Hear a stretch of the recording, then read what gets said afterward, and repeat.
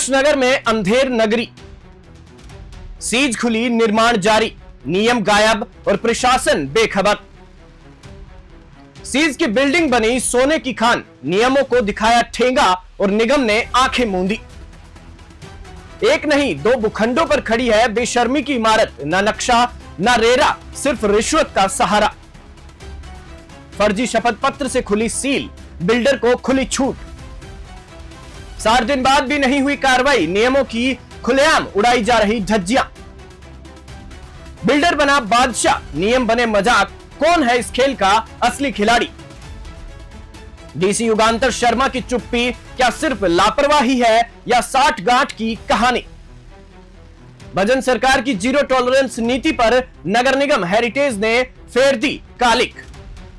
नमस्कार, न्यूज 21 देख रहे हैं आप और मैं हूं आपके साथ अखिल। नियमों की किताबें हैं मगर उनके पन्ने सिर्फ आम जनता के लिए हैं। जयपुर के आदर्श नगर जोन में सीज की गई एक बिल्डिंग फिर से बन रही है और नगर निगम हेरिटेज आंखें मूंदे बैठा है। सवाल उठता है कि क्या फर्जी दस्तावेजों के दम पर पूरे सिस्टम को हिलाया जा सकता है, और अगर हां तो फिर नियम क्यों बनाए गए? आइए आपको दिखाते हैं वो बिल्डिंग जो सरकारी नियमों को ठेंगा दिखा रही है। जयपुर का आदर्श नगर जोन मुक्ति मार्ग बाल भवन के सामने प्लॉट नंबर 474 और 475। यहां कुछ समय पहले अवैध निर्माण की शिकायतों पर नगर निगम हेरिटेज ने बिल्डिंग को सीज किया था, लेकिन कुछ ही दिन बाद बिल्डर ने कथित फर्जी शपथ पत्र और कागजी खानापूर्ति से सील हटवा दी। अब दोबारा तेजी से निर्माण चल रहा है, बिना मास्टर प्लान, बिना रेरा की अनुमति और बिना नक्शा पास कराए। सवाल यह नहीं कि नियम तोड़े जा रहे हैं, सवाल यह है कि किसके संरक्षण में यह सब हो रहा है। नियम कहते हैं कि सीज हटने के बाद 60 दिन में अगर निर्माण रोका नहीं गया तो फिर से बिल्डिंग सीज होनी चाहिए, लेकिन यहां तो 30 फ्लैट्स और 12 शोरूम बनाने की तैयारी पूरी हो चुकी है। अब नजरें टिकी हैं निगम हेरिटेज के डीसी युगांतर शर्मा पर, जिनका नाम पहले भी विवादों में आ चुका है। ट्रांसफर हुआ था मगर एक ही रात में फिर बहाल हो गए। सवाल यह भी उठता है कि क्या यह महज इत्तेफाक है या कुछ और? सवाल जो सरकार से जवाब मांगते हैं, क्या नियमों की हत्या का जिम्मेदार कोई नहीं? डीसी युगांतर शर्मा का ट्रांसफर और फिर एक रात में वापसी, क्या यह सामान्य है?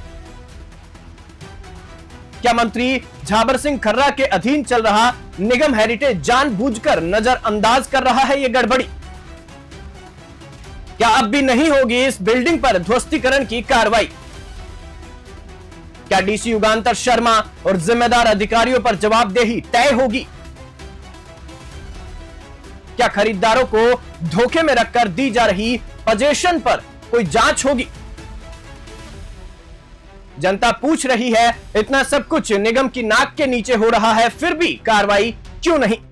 सरकार कहती है जीरो टॉलरेंस, लेकिन जमीनी हकीकत यह है कि जयपुर में एक सीज बिल्डिंग फिर से बन रही है और कार्रवाई का नामो निशान नहीं है। क्या सिस्टम को फर्जी दस्तावेजों से हिलाया जा सकता है? क्या नगर निगम हेरिटेज में सब कुछ ठीक है? और सबसे बड़ा सवाल, क्या अब भी सरकार इस अवैध निर्माण पर कोई सख्त कदम उठाएगी या यह मामला भी आने वाले समय में सिर्फ एक खबर बनकर रह जाएगा? न्यूज 21 नेशनल के लिए पुनीत पाठक की स्पेशल रिपोर्ट।